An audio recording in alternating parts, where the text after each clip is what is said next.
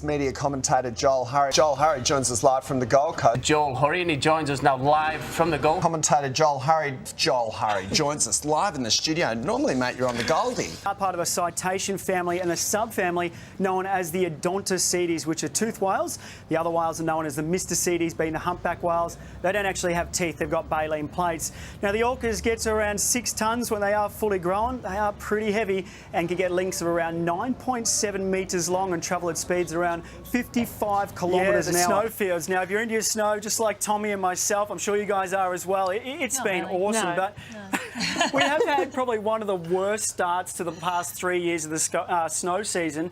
And the poor kiddies that went back from school holidays, they missed out on a little bit. But if you've got free time, I'd definitely be saying hit the slopes from Hotham, Bullen, Falls Creek, Bawbaw, you name it, Perisher. They've all got great snow. And about over half of their lifts are open, meaning nearly all their runs are open. And some of them have got a minimum of 76 centimetres just sitting on the ground, with their nights getting around kind of 3 to 4 centimetres. I think Bawbaw last night got 10 centimetres. So look, it's good. It's a good snow season. They call them arms if you really want to get into the octopus world. So we call them 8 arms, but it's actually only 6. 6 arms, 2 legs. Because the back 2 will actually push them along the ground. Oh, and then the rest of them kind of feel their way there's through. There's around 500 different species of sharks out there, and we always seem to point out the great white shark, but there is 4 man-eaters that I'll put in my basket anyway. You've got the oceanic white-tip shark, the bull shark, the tiger shark, and of course the great white shark.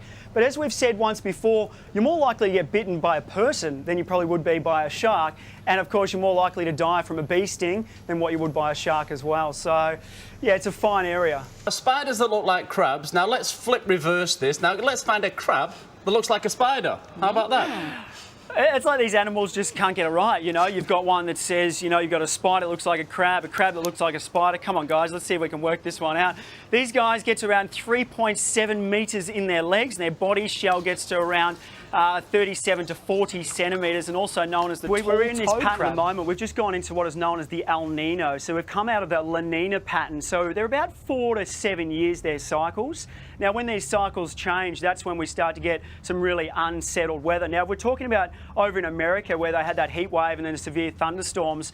That's a bit of a touchy subject over there. I saw an article that came up and had a bit of a read, and it's got in relation to going back to a little bit of China's pollution that's going on. And what happens is all the air particles will go out to sea, give it a more area to actually cling onto, send it up into the cloud, and giving it more precipitation and severe storm surges. So that's what kind of they're saying that's what happened over in America. But here in Australia, we're just going to call it winter and a wild winter at that at the moment. Siphonophore?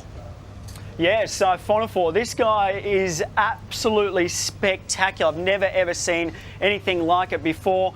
You can pretty much relate it to the same as a Portuguese man-o'-war, which is a jellyfish with a little air sac on top. Does exactly the same thing. It's not one animal. It's actually a colony of living animals that move as one. And it's just thousands of them all as one. Gets around 40 metres in length.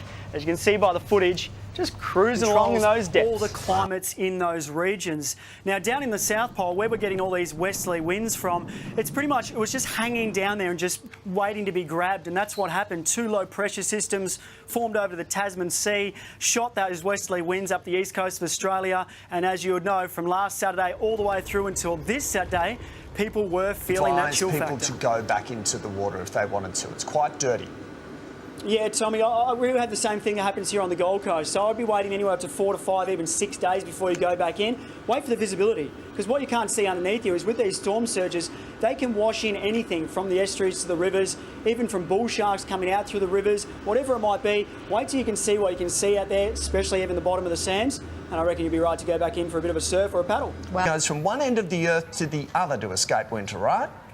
Yeah, we kind of got to use winter as a bit of a loose term just there, because they are following the summer sun. But in saying that, like you said, from the North Pole to the South Pole, the Arctic to Antarctica, this is truly spectacular. The largest migration journey of any of the animals on Earth.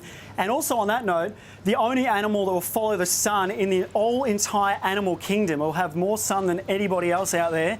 70,000 kilometre round journey. Oh my goodness. It is truly spectacular. And you've got to keep in mind, they're only 40 centimetres in size and a wingspan of around 75 centimetres. To a fish, their gills require having water going over their gills at all times, otherwise they will suffocate and die.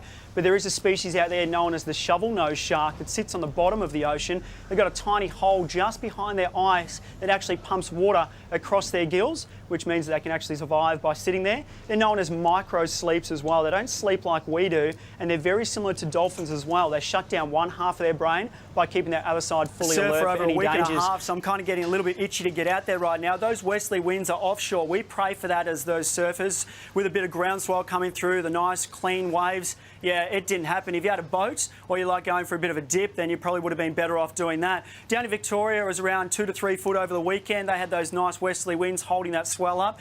Bells, Winky Pop, Steps, they all got some great waves. Up the east coast, Sydney, as you mentioned, there wasn't too many waves up there either. Gold Coast, it's pretty much flat, but from last night we had a slight pulse. It is now lapping onto our shoreline. Possible? Yeah, of course. These guys are known as the Chrysopelea ornata. Now, this species actually just climbs up the tree as far as it can go, onto a branch, dangles itself down like a jay, hangs on by its tail, pulls itself back, and then slingshots itself into the air. And of course, now, Sophie Hull, you are an absolute legend. Thank you very much. Thanks, guys.